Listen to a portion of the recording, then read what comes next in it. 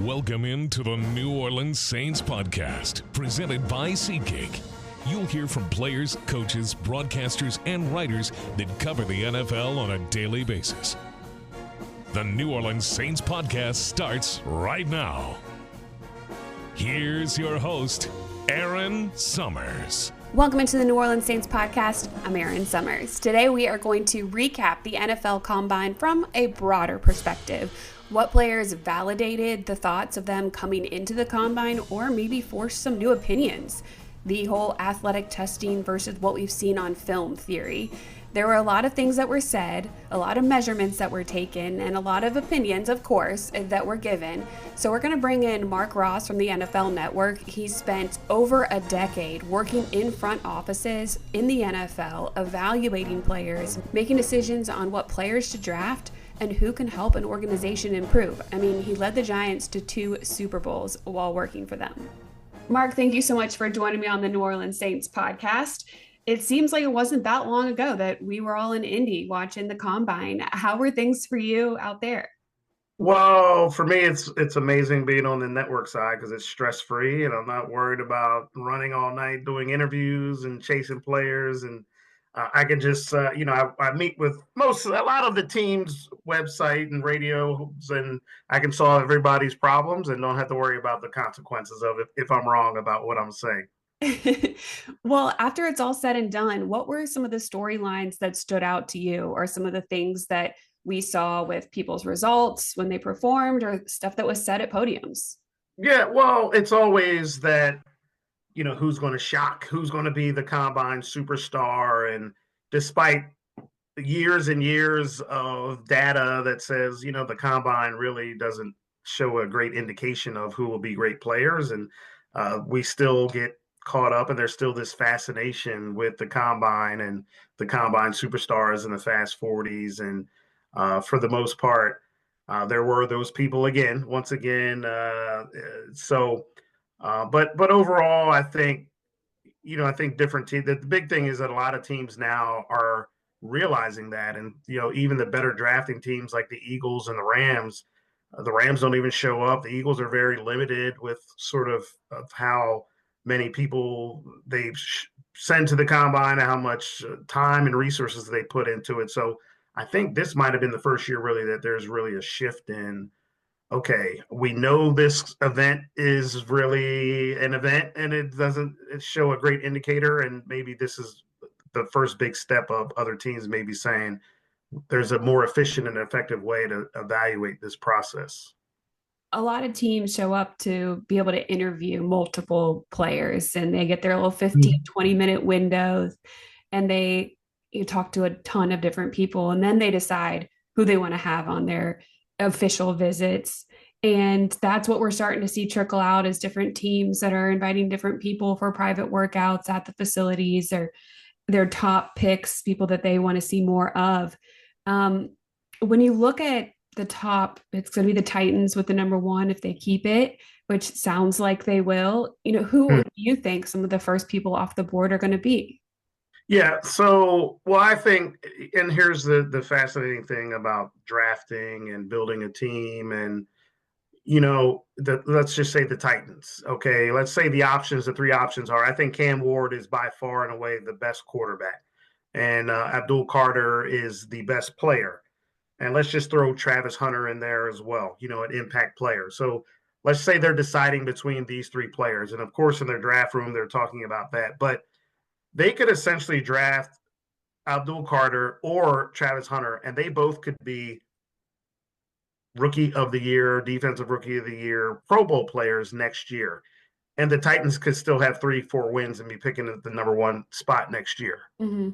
But if they take Cam Ward, and he is what Jaden Daniels was to the Commanders this year, what C.J. Stroud was to the Texans last year, then you're talking about a playoff team and you're set for life. So, the notion of, I know they've come out and said, well, we're going to take a Pro Bowl player. Like, okay, that's all well and good. And you may hit on that player, but you still don't change your franchise. And all we have to do is look at who are the playoff teams this year, who won the Super Bowl, who was in the Super Bowl, who was in the championship games, and they all have one thing in common. Mm. They got those quarterbacks, and it's all great to draft really good players, and you have to do that. But until you get your quarterback, uh, it really doesn't matter. You have to get that. It's almost like going to the casino, and I'm not a gambler, but I've been to Vegas and casinos where they got those high roller rooms, and you got to have 20 grand to get in there. Well, you better have a big time franchise quarterback to get into the discussion of, hey, can we win the Super Bowl? Okay, so the Rams didn't go to Indy, maybe because they were securing their Super Bowl champ, right? Their quarterback of the future in Matthew Stafford. How did that change the veteran quarterback market and how things may move over the next Yeah, few months? yeah, I think a lot of teams really had that. I thought it was odd. I thought it was odd when all of that came out about Matthew Stafford. Anyway, like this doesn't sound right. It'd have been one thing if the Rams had someone that they had drafted and was the heir apparent to Matthew Stafford, but to all of a sudden, after being a play or two away from beating the Eagles, in the playoff game, to say, okay, we're going to just move on from Matthew, like it didn't make a lot of sense. First of all. And then of course teams get a little bit of hope. There's always hope in the NFL. There's hope, and that hope of, okay, well, maybe we can get Matthew Stafford. Then once that, he was the first domino, he was the big fish. Okay, now that you had to reset to say, okay, now who's next? Whether it's Sam Darnold, whether it's somehow in the draft, but he really was the only one, in my view, on the market that, in the right situation, could still make an impact. So I think a lot of teams who maybe had their eye on it are severely disappointed. So now people have to turn to Aaron Rodgers, Russell Wilson, a couple other names that are out there. And you mentioned the draft as well. Cam Ward, he came away with what we're going to say small hands. Is that how they dubbed him there when he got measured? And how big of a factor do you think that is? Yeah, well, there's always going to be, the measurables and the concerns, but unless you see, I always talked about this in my draft meeting with my staff and coaches. Like, is there something about the limitations that shows up on film that, okay, small hands, okay, does he fumble the ball? Does he, does he not throw well? What is there something about him having small hands that you saw that was a detriment to his play? And if not, then really it's a non-factor. It Mhm. should be, but of course, it's great. Us in the media, we have to bring it up. We have to talk about Will Campbell, the offensive tackle Right. from LSU. The arms, okay, the arm length. All right, is there something that you saw on film about the arm length? Well, there's no one in history. Okay, great.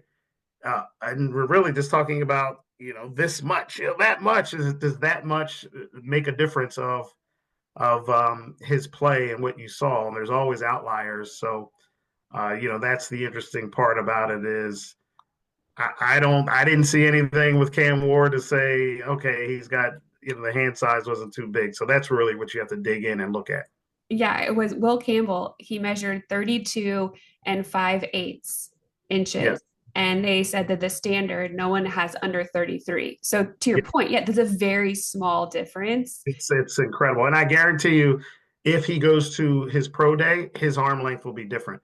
Mm. There's going to be a different measurement for his. I guarantee you he'll be 33 at his pro day just because you have someone else. And if he goes and gets measured somewhere else, it'll be different. It's not a measuring someone's arm for people that don't know.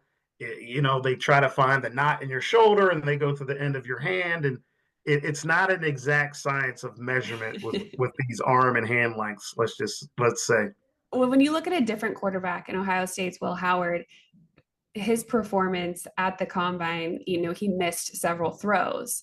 Mm-hmm. So, how much does that change your perception of what he was able to do while at OSU? Yeah, I think for Will, he wasn't really a higher rated player anyway. Of course, they won the national championship and the things he did there.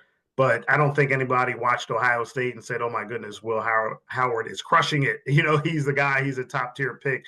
So for him, it was more about at the combine. That was maybe his chance to show I am better than what I showed on tape. Unfortunately, that didn't work out for him. But in a controlled setting, once he gets to Ohio State, I'm sure with his receivers and everything, he'll crush it. And those who feel as if Will Howard has a chance, once he gets to Ohio State's pro day, that'll help him out. Yeah.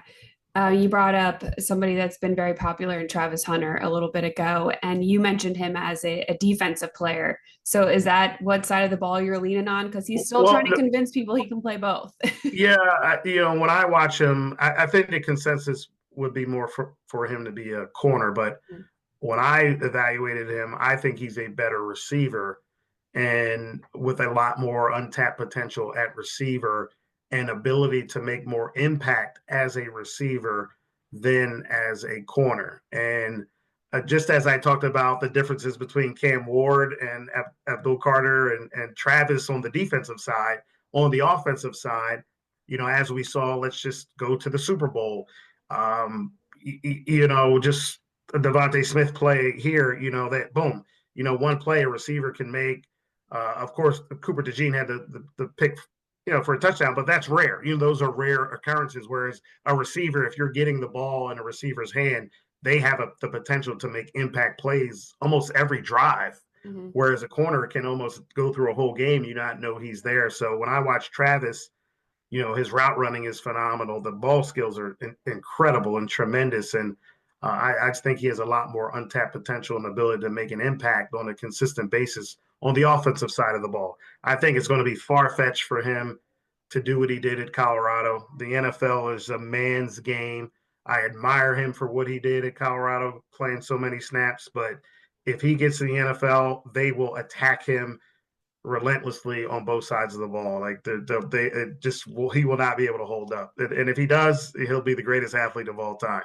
So do you think that anybody will really allow him to do that and play both ways? Yeah, I don't think so. And that's the thing. They're not recruiting him. This is not Travis Hunter coming out of high school and you're recruiting him and trying to convince him. When you're in an NFL team, you just draft people. And, Travis is not going to get drafted by a team and say, I'm not going to play unless you play me both ways. He's going to do what the coaches want him to do. And in the interview process at the combine and pre-combine, they may tell him, yeah, Travis, you get here, we're going to play you both ways. But once he gets there in training camp, somebody's going to stick him at a position and say, you learn this, you get proficient at this, then we'll talk about the both sides of the ball conversation. Mm-hmm. He got some flack for some of the things that he said and his confidence, and maybe came across as too cocky. But when you look at him and Shedeur Sanders, he has a camera crew following him everywhere he goes. I mean, that's going to be a big spotlight that's going to be on wherever those players go because of what they came from, because obviously who Sanders' dad is. So is that something that you take into consideration when you're talking about amongst, the front office about drafting people? Well, that's why you do the interviews and that's why you talk and that's why you evaluate these players for what you see in them and not what other teams may say. Because look, Travis Hunter could have went through 60 interviews, 70 interviews, 80 interviews this past week, and one person could have said something negative, and that gets the attention. Yeah. Not the 69 other that say, "Oh, he's fantastic." It's the one negative that gets the attention, and who knows what the agenda is of that one person? Who knows where that person is coming from? I think there's been enough tape and video of Travis and Shedeur talking and interviewing. You don't need to go to the combine and talk. You can just look and Google Travis Hunter or Shedeur Sanders interviews, and you have enough evidence to form your own opinion, whether you're an NFL person or a regular person. So I think those guys handle themselves with class, especially with being. I mean, it's such the attention that they get, as you mentioned. It's just amazing, and all I've heard and all I've seen from those two is just handling themselves like professionals. What did you make of Texas wide receiver Isaiah Bond saying that he was going to run sub 4.2 and then running a 4.34?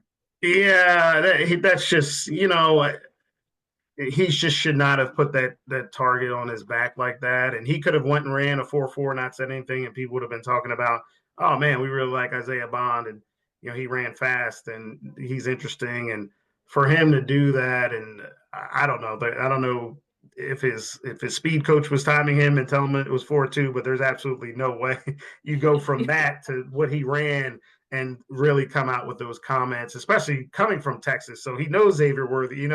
It's not as if he's going to, it was Texas and Alabama or Florida or USC. I mean, he was at the school with the guy. So he obviously knows, like, I have no chance of being faster than Xavier Worthy. So, it was kind of a bizarre thing. And again, getting back to combine interviews and doing it for 20 years. And we had, every night before a player would run, like, what are you going to run tomorrow? I'm going to run a 4.4. I'm going to run this. And the percentage of people that actually ran as fast as they said was about 5%. So I've heard that a lot of players promising a time and not living up to it.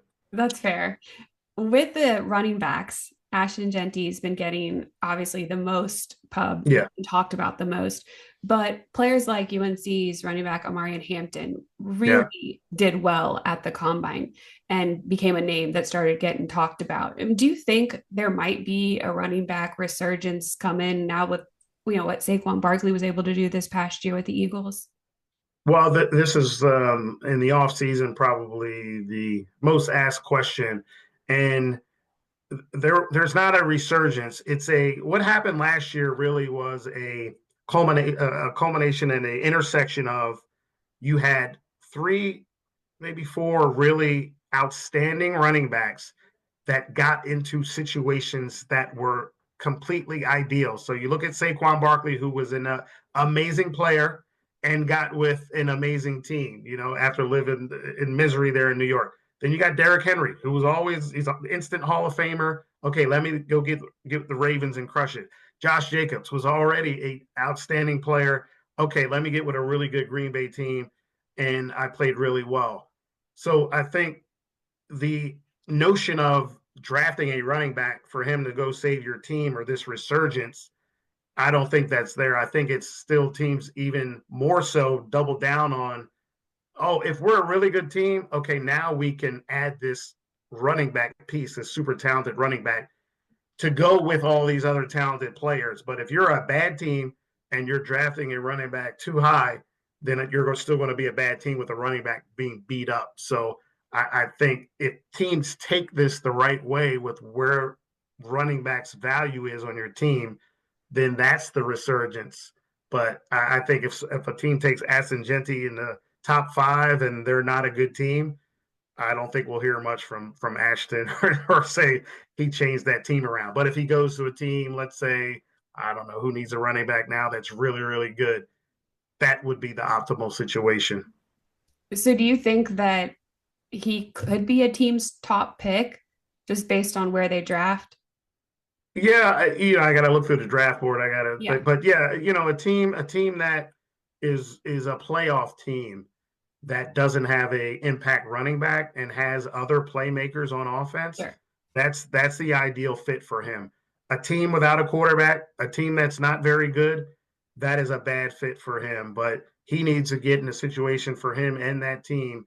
Then you take it to a whole nother level of, wow, we have a really super talented running back with a really good team with a bunch of other playmakers. Now put him on that team and go. Like, let's just talk about Saquon. Is Saquon flipped again and goes to the Giants next year? He's not going to be the Saquon Barkley we saw this year. So that's offensive line is a little different. It's that simple. It's really that simple. He's not going to go, even though we saw the very best version, a historic version of Saquon Barkley this year. If he's on the Giants next year, he will not. He'll be that same guy that he was before he got to the Eagles. So you're telling me that it was all Kellen Moore, right? Yeah. For Saints fans, absolutely. He unlocked it all. It wasn't Jalen Hurts or AJ Brown or Devontae Smith or Dallas Goedert, the best line in football. It was just Kellen Moore scheming it all up. Yes, indeed. Love to hear that. That's great. With everybody that's out there to be drafted this year, what position group has the most depth? Well, I think the tight end group is amazing. I just kind of everybody I watch there, and they're all very different. With Warren and Loveland and Fannin and Arroyo. I mean, they're all a little mix and match and different what they do, but I think impact in a lot of ways. The corner group, I think, is out. That's probably the tight end. I think is top heavy, and you got a bunch of just 6 guys are going to be instant starters and help. But the corner group, man, I go 12 deep or something with, I think, guys that are really first round talents, instant starter talents. So if you're looking that way, O-line is really solid there. And, the D-line is good. I think there's a lot of developmental guys there, but some talent. So, but overall, I think number one is corner as far as top to bottom, and then tight end as far as top heavy, really, really good players. Which NFL team do you think has the most potential to drastically improve next year? Oh man. Drastically improve. Well, again, I'll go back to Tennessee. I mean, they got the first pick, and I think if they take Cam Ward, and Cam Ward is who I think he has the potential to be, and what he has shown to be and developed into, they have the most. I mean, that's it right there. I mean, and we've seen it the past 2 years again with Jaden Daniels last year and C.J. Stroud the year before. So that shows you have that picking that high, and you have the chance, and those guys were the second pick. So, that shows you how fast things can turn for a team. I appreciate it so much. Thank you for giving me some insight into the combine and the upcoming draft. And I also like your sentiments on our new head coach. Yes, indeed. Indeed. Thank you. My pleasure. All right. The NFL Combine just continues to set the stage for the big event, April 24th. That is the first round of the NFL Draft in Green Bay this year. The 25th will be the second and third round, and then April 26th, the remainder of the draft, rounds 4 through 7. We'll be there every step of the way, of course, so you can always keep up with all of our free agency coverage. We're going to introduce these new coaches to you pretty soon as well, and anything else you need to know on NewOrleansSaints.com. Thanks for listening to the New Orleans Saints podcast, presented by SeatGeek. Join us 3 times per week on NewOrleansSaints.com, the Saints mobile app, or you can download the podcast on iTunes. We'll see you next time, right here on the New Orleans Saints podcast, presented by SeatGeek.